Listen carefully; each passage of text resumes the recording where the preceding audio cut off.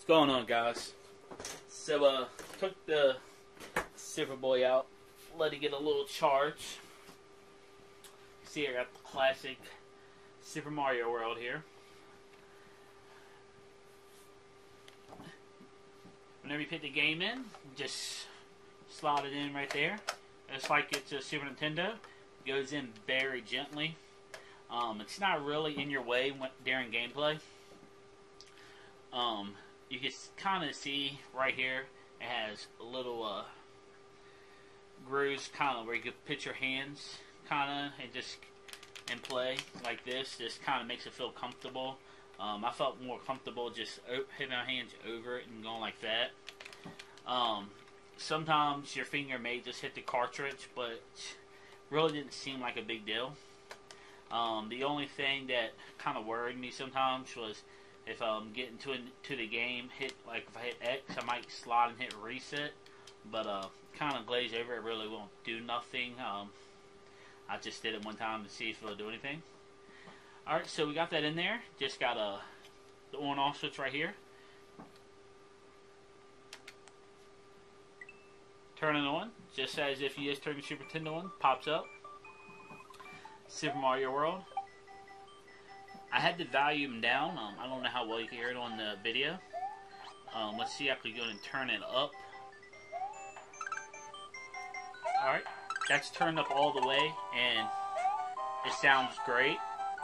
There's great play. It really kind of loud. Don't really need it that loud there I'm playing.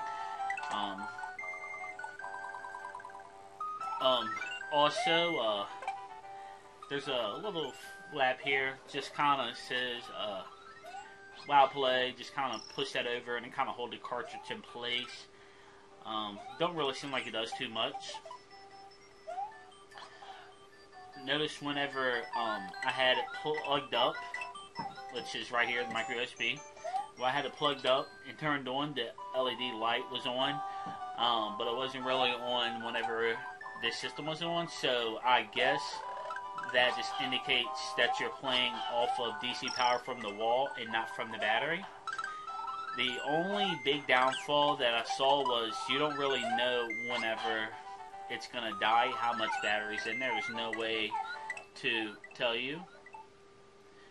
But other than that, everything seemed great. It played fantastic. It felt as if I was just playing Super Nintendo growing up. The start and select buttons are kind of all the way around. Starts over here, selects over there. You can just kind of see. It just plays very easy.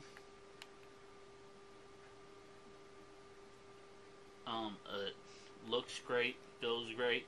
I really don't see any downfalls, major downfalls. Only biggest downfall was not an indicator not telling you how much battery you had. But other than that, everything seemed kind of great. You can just see kind of like playing here.